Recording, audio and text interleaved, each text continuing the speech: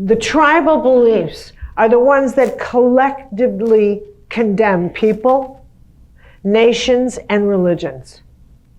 Now, put it down. Because they're beliefs that don't have proof to them. They're not valid. They don't have any personal experience attached to them. There's something you inherited, something you were told, but you have no personal experience of it. None whatsoever. Nothing to validate what you believe. All those sorts of people do this. How would you know? Were you ever there? Did you live with them? Did you live with every single one of them? Where are you coming up with some of the beliefs that you have? But this is classic to what we do in our first floor. We take someone else's experience and we let it get into us like a gargantuan reptile. And we adapt it and we make it our own. And that's how tribes pass on prejudice. That's how tribes pass on hatred. That's how the Greeks and the Turks have managed to hate each other for thousands of years. This is what's in your first chakra. And you can't just kick a ball right back to me without actually sitting back and saying, I got to reflect on this. I have no idea. This is where your tribal God is. This is where you have expectations of your tribal God. And in spiritual direction, what I would ask you is, this is the God you have expectations of. And you were told about this God one way or another. It's sunk into you. Whether or not you had a religion growing up formally like I did, where I was every single day I went to Mass till I was 15. So it's sunk in. It's sunk in rich and wondrous ways.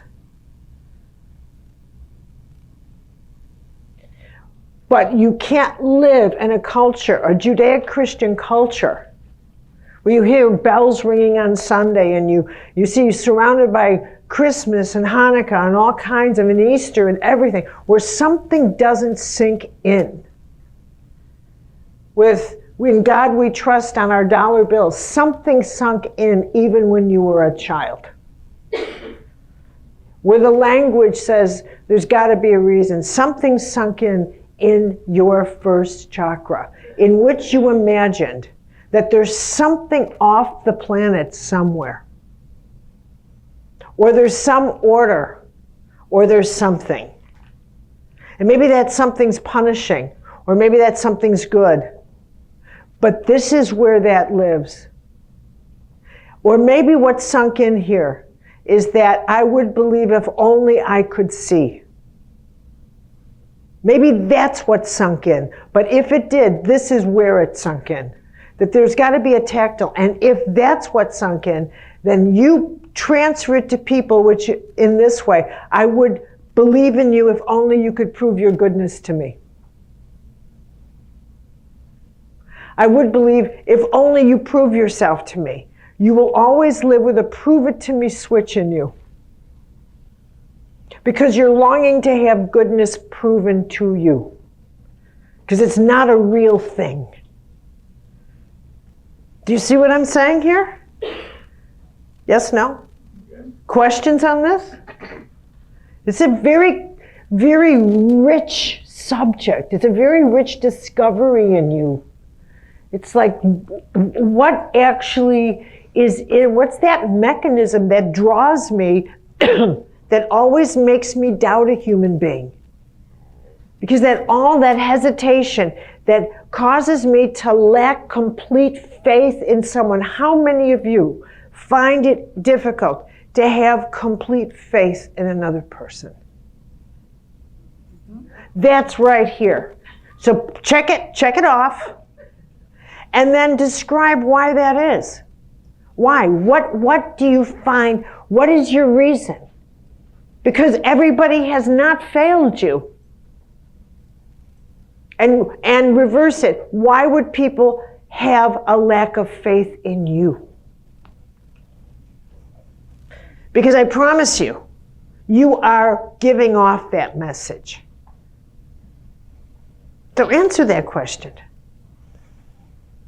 But human nature is fallible. That's why we trust in God alone. That's the excuse we give. Excuse? That's the excuse we give. We love that excuse. Well, a lot of it is historically based on your previous experience. Well, yes, but that's why those happen. Yeah. Isn't it? Because you expect it, you project it. Why? Why? Why did you expect it? You can't say previous. You walk in expecting it. Previous experience doesn't. You walk in, and why did they expect it of you? Did they have a previous expectation of you? Yes. Okay, then why did you do? I mean, you have to answer, why do I fulfill that? Why am I destined to disappoint someone so they can't have faith in me?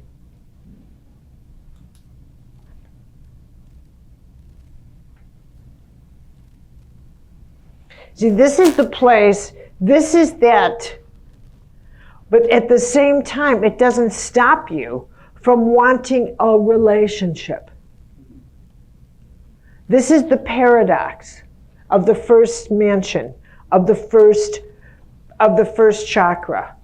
In spite of it, you will strike out for relationships again and again and again and again. No matter how disappointed you are, no matter how much you disappoint, you will still seek out relationships in your first chakra. Because at the end of the day, what your soul has is a tremendous, deep, profound reverence for life. You will say, for example, like Hannah did, but human nature is fallible. You'll find a way to understand, to have compassion. You'll find a way to say that, but this is the way we are, but still.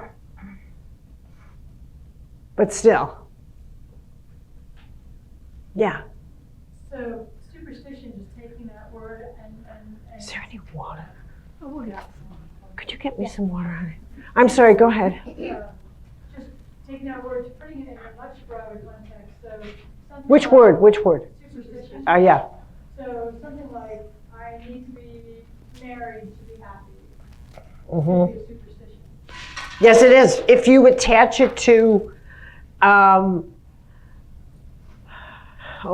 thank you so very much. Thank you.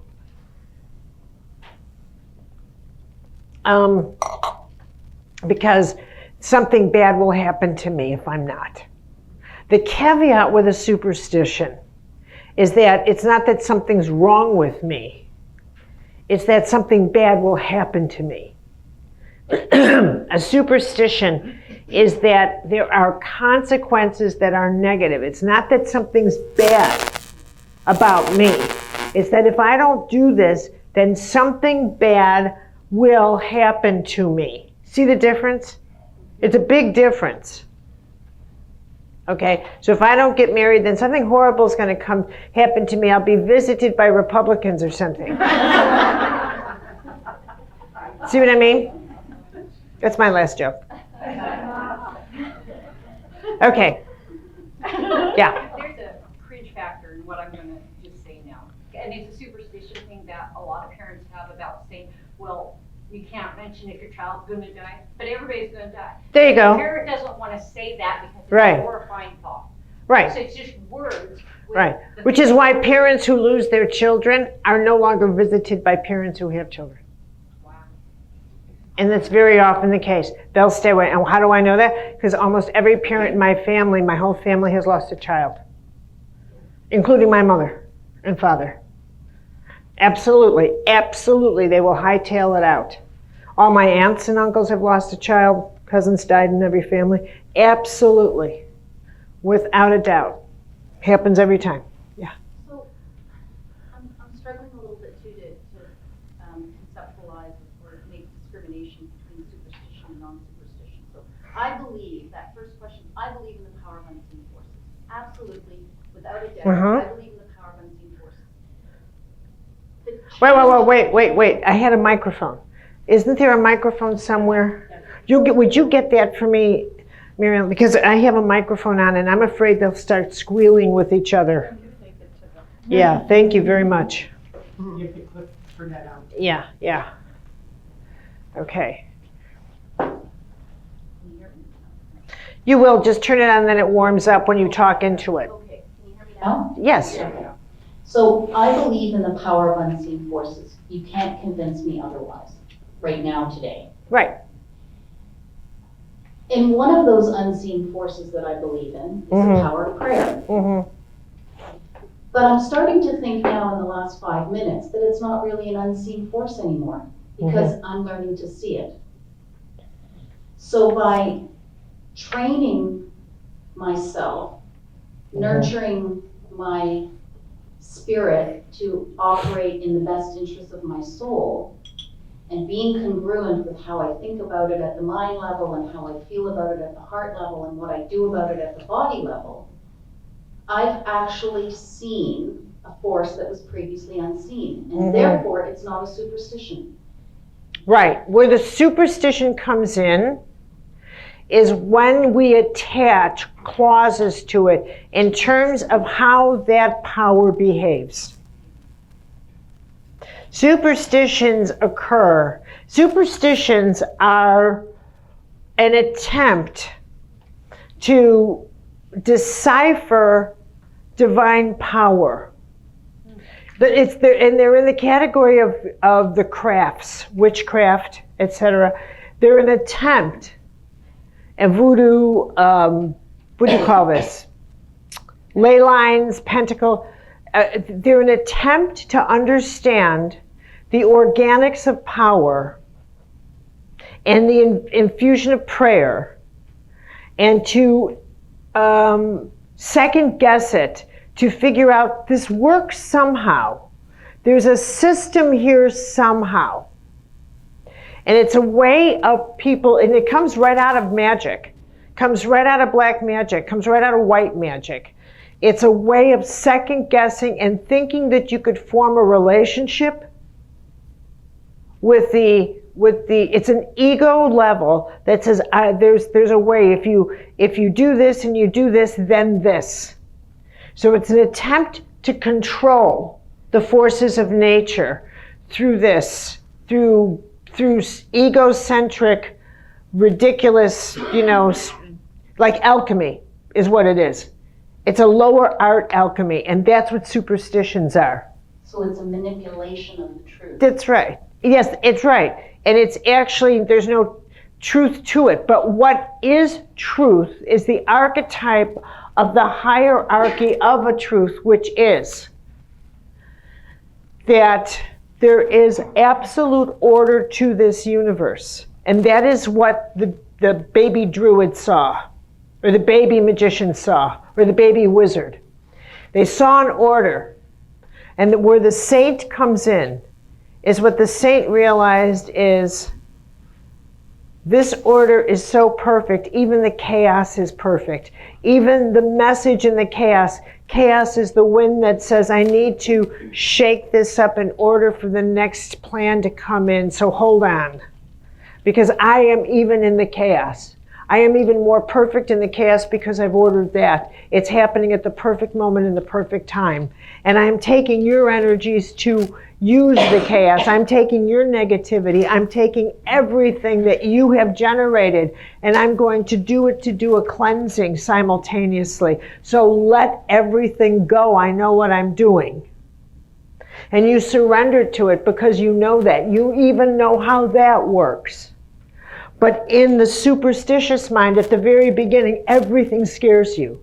Change scares you, everything, because your object is to control everything. Surrender is the most terrifying thing, when in fact it's the safest thing. When in fact you are absolutely in the safest zone when you say, take it, do whatever you need. It doesn't mean you're going to take my house, take my thing, take my dog, take everything, take my Abby. It doesn't mean that at all. It means I am so trusting that I will see you in every day.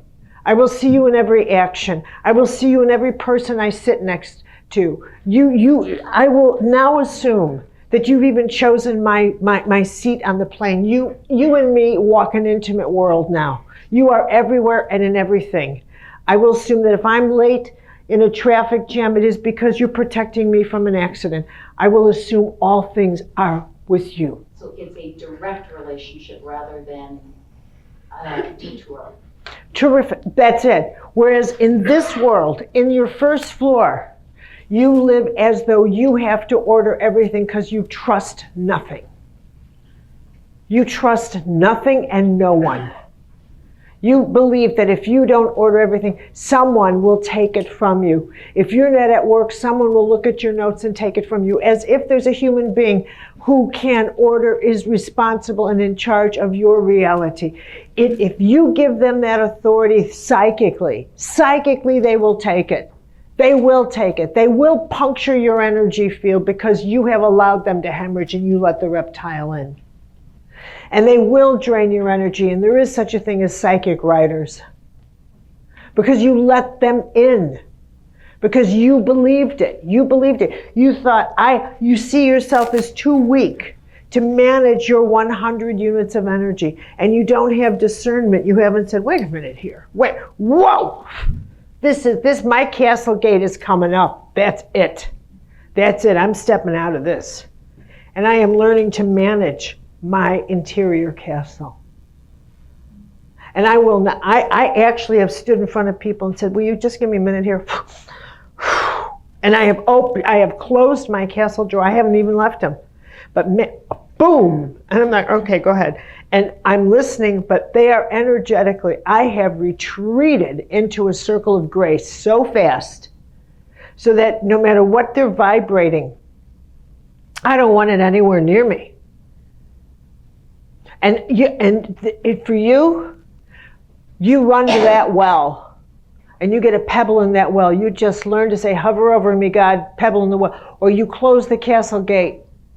And you say, I don't want the influence of that emotion. This person is frightened, and I can feel that fear coming toward me, and it's not going to happen. It's so easy to influence me, and I can't let it. God help me. God, do not let this influence. I'm not strong enough. Cover me with grace right now, because I'm not strong enough by personality. I'm not strong enough in my nature, so do something. I'm surrendering to you. Whatever you need to do right now, take over. This is how you pray. You pray like you're crazy. You pray with the intention that anything in that moment can happen, and that's what I mean by surrender. I surrender. Do whatever you need to do right now. And it may be that you start screaming. I mean, you do whatever you do to protect yourself from venom getting in. But you have to understand how vulnerable you are.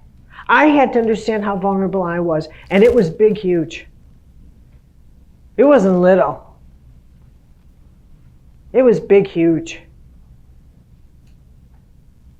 And it's taken me 30 years to get to the point where I could stand here and teach this. Not a weekend, 30 years. Where I could in confidence stand in front of you and teach this. That's a long time. And believe you me, when I tell you every day of my life, I'm not kidding you. In 18 years with my spiritual director, 2 hours a week. Continuing. So I'm not kidding you. This is not easy work, but when I say it's worth it, oh my God, am I telling you the truth? But you've got to want to be able to hold yourself steady. And remember that I had to figure out the path. And that takes the longest. Okay. Do you have a question? How do you recognize bad energy? Because I can see myself just asking for that for everybody, because when they come here, I don't know how to recognize it. How do you recognize negative energy? Yeah. Well, how do you recognize being weak and influenced? First of all, the first thing you have to recognize, honestly, is what I'm telling you right now. You have to recognize your own negative beliefs because they will attract to you. They will attract to you negative companions, negativity. The second thing is you have to recognize, well, I'm going to go there right now. Answer this question, everybody. How do I put this question? Identify 3 ways where the fear of humiliation has authority over you. How does it have authority over you in your life? What does it do? Where does it come? How does the fear of humiliation influence the decisions you make in your life, how you interact with people? Where does it show itself? Because this is the dominant fear of human beings. And you will shape God around this fear. You will be afraid to pray because of this fear. You will be afraid to say, God, give me guidance, because you'll fear that somehow or other, the way guidance will come in will be very humiliating to you. So that when someone says, when you say, I know I was born for something special. In this world, special is designed so that everybody else can see it. In this world, special is designed so that no one else can see it. The journey from this world to this one can take a lifetime. The capacity to be invisible. But it's the invisible where the power is, and it's for your protection. It's for your protection. And it's in order to help others. If you need to be seen, then you're given a very small thing to do. Because it's for your protection. Because you're going to you talk too much. You talk too much.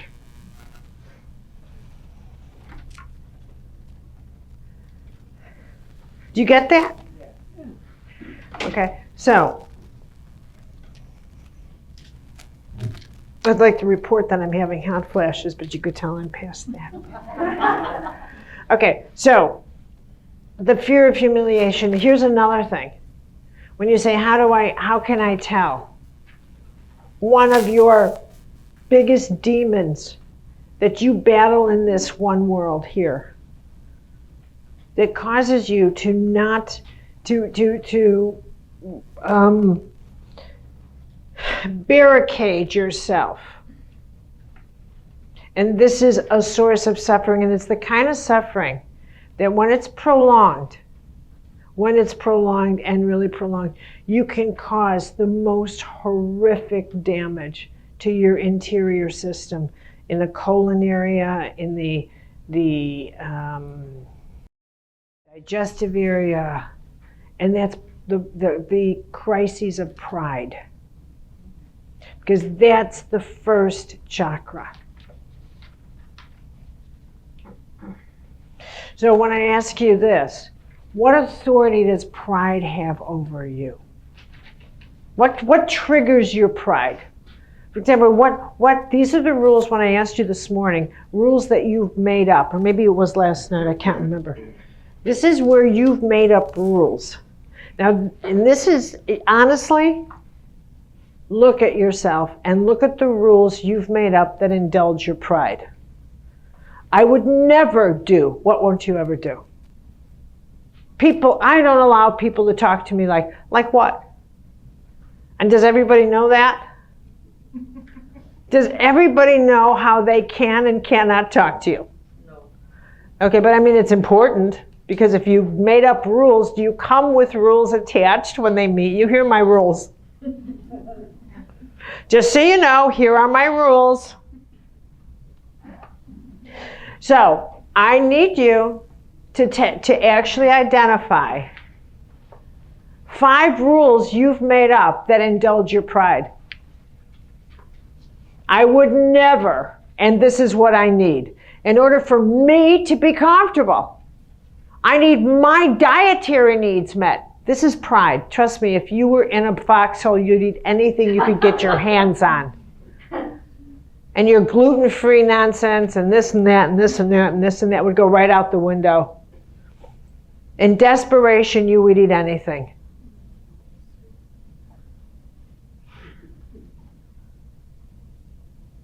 Some things are options, some things are necessity, but when it comes down to it, where does pride fit in?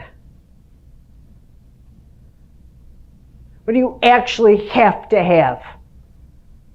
Versus, well, this is because I've just decided that's what I need. I take my world with me wherever I go.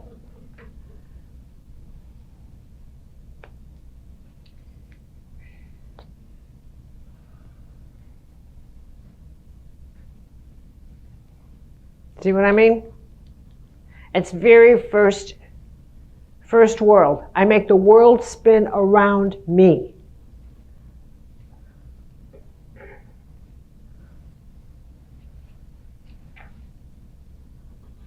You're going to be answering this with people, so you have to have answers here. I'm going to turn you loose on each other in about 2 minutes. So it's bad to want to have your dietary needs met? It's bad to, like, I don't like sharing rooms. I want to be alone. Is that bad? I'm missing. You know what? I think Or else I'm just too thick. I'm not there's a difference. It's a preference. totally, yeah. Well, preference isn't, I don't share rooms. I won't do it. But if I'm But- in a war somewhere, I'm going to share a room. No. But here's where it's my experience, to put it this way, is it's a preference, okay? I have a lot of food preferences, but I won't go to the mat when I leave the country and say, because of who I am, because I'm a teacher, because this, I have to have it. No, I don't. Got it. No, I don't. I will whatever they've got, and I make do. And I've never once gone in and said, I just make do with what they have. I've never once, not once, even though I like the gluten-free, and even though I do this, I never do that. Because I don't know what I don't know what they do in Croatia, but I don't do that. Okay, got it? I'm gone for 3 days. I was feeling bad about everything. No. Right, no. But I'm gone for 3 days. I don't have anyone jump around me for 3 days. If I move there and I have to live there and I know my health is going to be affected, Right.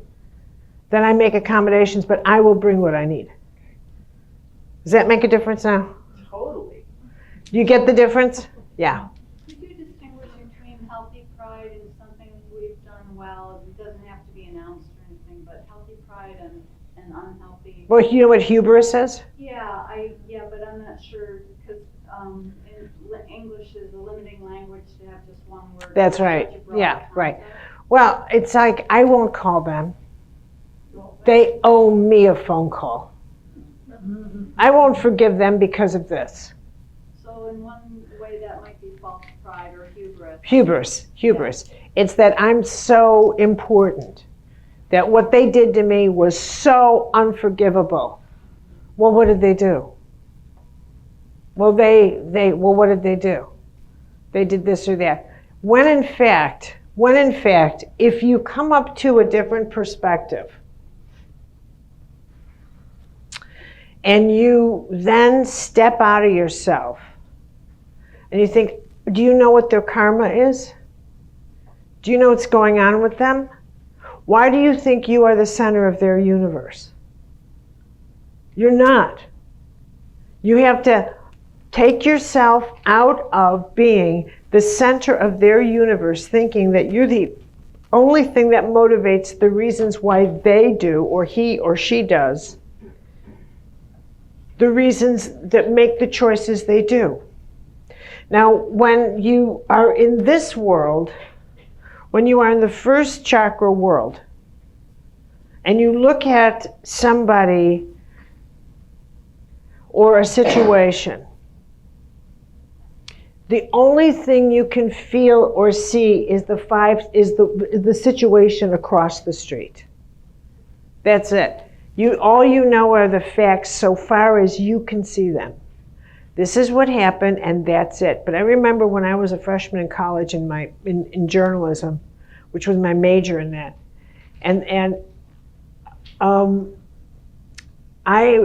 this was such a pivotal day, this lesson. And the rule of journalism at the time, when journalism was actually an honorable art, or sort of still, was that you reported facts, to the extent that you could get them, and they were who, when, where, how, and why. And then this nun gave us an exercise. My professor gave us an exercise, and she said, okay, one building is burning, and 4 reporters, each of you on a different corner, and cover the same building. So who has the accurate story? Who has the true story? Who has the truth? And it was amazing. For the first time, it was the first time in my life, I saw that truth was relative. And it was subjective. It was in that same year, that same semester, was the first time that I studied situation ethics and a subjective course in theology, which positioned a way of thinking in that ethics and moral reasoning was also very subjective. It depends, every person has the capacity to organize their conscience according to their own map. There was no absolute right or absolute wrong. There's an antinomial way, an antinomial position where 2 supposed opposing points of view can coexist. It's a very, very sophisticated way of thinking, and I thought, wow, who knew? Up until then, I thought the way it was is winner, loser, loser, winner. And you had to fight to the death. But in fact, as one becomes more resourceful with one's ego, as one becomes more resourceful with one's soul, you realize that the more sophisticated consciousness allows room for 2 people who don't believe the same thing to coexist within a larger framework that says your reality is as valid as my reality. You are now not looking for the same, we're no longer seeking right or wrong, but we are seeking how to validate each other. So now the goal is different. It's not about winning. It's not about right and wrong. It's about validation. And at that point, you're in another column, and guess what? At that point, your biochemistry changes. Because you've shifted the biochemistry tension in your body. It's no longer about the lower tensions of winning, which are very viperous. They're very animal. They're very animal instinct. They're very fight or flight. When you change to a chemistry that is all about higher reasoning, which is we can coexist. I need to see the validation. How do we find the antinomial where I know you're right, I know we have to make this work together. Your stress level shifts. Your whole consciousness shifts. Your whole way of being in the world, and your biochemistry shifts. Your inclination to have depression, your inclination to be bipolar, all of that chemistry begins to shift. You need to be drugged to tranquil. Everything shifts. Everything. Everything, everything. This is a different order of consciousness, and your capacity to see the God in the other begins to emerge, because your values are not about winning and taking over and killing.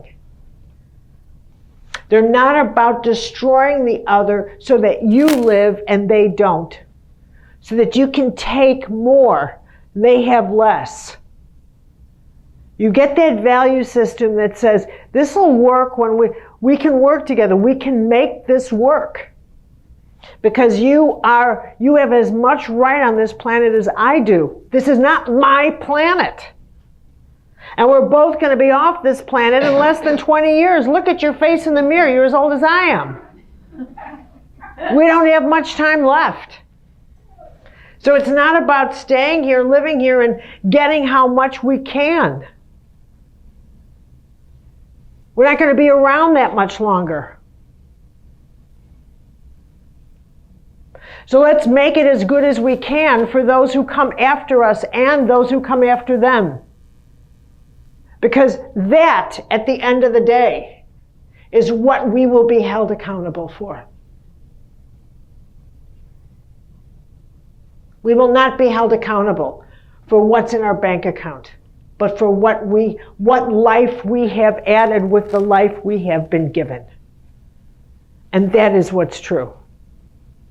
And the reason we feel this yearning to understand more is because we know that's the truth. That is the eternal truths. These are eternal truths. We know this. We know this. We know we will be held accountable in some way, somehow. We will be held accountable. Maybe Dante's hell and the inferno is not accurate in the way we think, but there is an accountability. You can't have karma and talk about your past life and not think you're going to face something when you lie ahead. You will. We just don't like to talk about it. Because you don't think you're going to die, you think you have died. But we're too superstitious to talk about when we will die, but you will. All of us will. And it's just the way it is. Carol, Yes, darling. I wonder if you go back just for a minute to humiliation, please, Mm-hmm. and reflect on humiliation that is. Would you mind saying it again? I have a... Oh, sorry. Hello? Mm-hmm. Is it working? God, that microphone makes me look like I'm 3 times the size I am. What? And I don't. Yeah, go ahead, darling. Thank you, my 82 years is showing. Nonsense, you're gorgeous. Oh, well, gosh. And who did your hair? It's Just, just, pardon? your hair is fabulous. Oh, thank you, dear. This business of humiliation, I really wonder if you reflect on humiliation that seems to come at a moment where you've been humiliated versus the humiliation you feel when you've done something that you're not proud of and that has hurt someone else.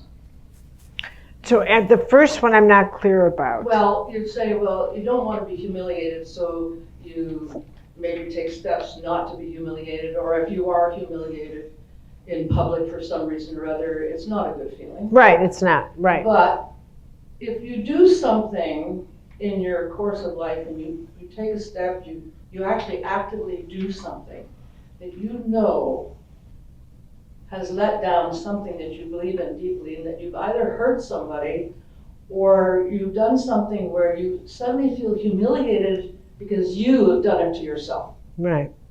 Are those two different things or the same thing? Well, they accomplish the same sick thing. That's right. So any way to make you vomit makes you vomit. Okay. Okay. You know, whether you eat a hot dog or a cheeseburger, it doesn't matter. It's going to come out. Okay. But it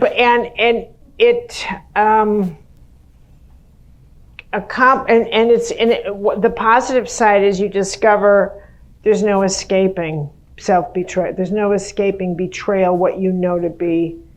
And then you can Truth. betray yourself That's right. so quickly. That's right. There's no escaping it. There is no escaping. Because we're not perfect. But yeah, and what the whole object is, the whole learning, the rich learning, is that what we all learn, is that it's very, very difficult to be courageously truthful. And that the first level of direct truth that people think is truth is what they call speaking the truth. I have to speak my truth. That's just nonsense. It doesn't take courage to speak your truth. It takes courage to tell the truth. Speaking the truth is just blathering a bunch of opinions and a bunch of, I don't want to be her, bunch of orders and opinions. Yeah, I need to be this and I need to be that and and I was her. Goes in one ear and out the other. But it's the beginning. And for most people, by the time they speak their truth, it's a power play in anger, and they're not speaking truth. They're just blathering anger. That's not truth. Anger is not truth. Telling the truth, speaking truth, and being able to listen to another person. And telling the truth to yourself. In the first, what it begins with is being able to face in yourself, I make up things about other groups of people to support my positions with my tribe.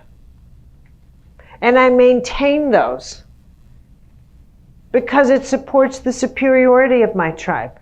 And that's important to me. Put it down if you acknowledge this, because this is classic to this position. And let me tell you something. When you get to a place where you think you are so conscious, and you have this kind of lower reptile in you, you go to warn yourself. And it's these contradictions that cause poison in you. Constant little poison capsules. So don't think it's your childhood that's hurting you. It's contradictions that are very active in present time. Very active. I just a little short question. In the line of superstitious beliefs. Mm-hmm. Okay. In the line of superstitious beliefs, would thinking, okay, I know archetypes and all that are involved in this, but would be thinking along the lines of, I can't be happy until I have or get, is that like, yes, that's sabotage, but yep. also superstitious? Yeah, but right? there's a truth to that. That's very superstitious. I'll never be happy until I have da da da da. There's a kind of there's a kind of curse to that. Yeah. A cursed superstition, but it's like a cursed superstition. Yeah. Okay. Did you do a lot of your work on here as I'm talking? Because I'm going to have you share with each other. And the reason why I want you to do sharings is this. So when I'm talking to you, it's because when you have to articulate yourself, it's real. If you just let yourself float in your mind and don't hear yourself say things, then you let yourself get away with it. But when you have to actually look at someone and say, this is how humiliation has controlled me. This is the power pride has over me. This is how I think I'm the center of the universe and how I structure my life around it. You have to hear yourself say that. You have to hear what you sound like when you say this. Because then it has authority. And it becomes real. Becomes more real. So get together with 3 or 4 people. And I would prefer that partners do not work together. Getting to know the nature of your soul is about talking about the contradictions, talking about the ways you know your soul has been trying to reach you. I'm going to describe again that says there's a part of you that is always pushing you toward wholeness, that is always pushing you toward truth, that is very disruptive in you in subtle ways when you are not congruent, when you are not whole, when you are not When you harm, do harm to others or yourself in a way that would say if your angel would sit down with you and say, why did you do that? You know better. You know better. And when the angel would say, you know better than to eat that. You know you're harming yourself. You're throwing yourself off balance. You know better. You know better than to not call that person. That person's suffering. That person loves you. Why are you doing that? Why are you hurting someone who loves you? Why are you doing that? This is something your angel would say to you. Why are you punishing someone who loves you by not talking to them? Why? Why do you want to hurt somebody? Stop it. That's how your angel talks. Angels do not speak in paragraphs. I'm not making this up. They speak very soft, very few words. They would say, why hurt someone? That's it. That's it.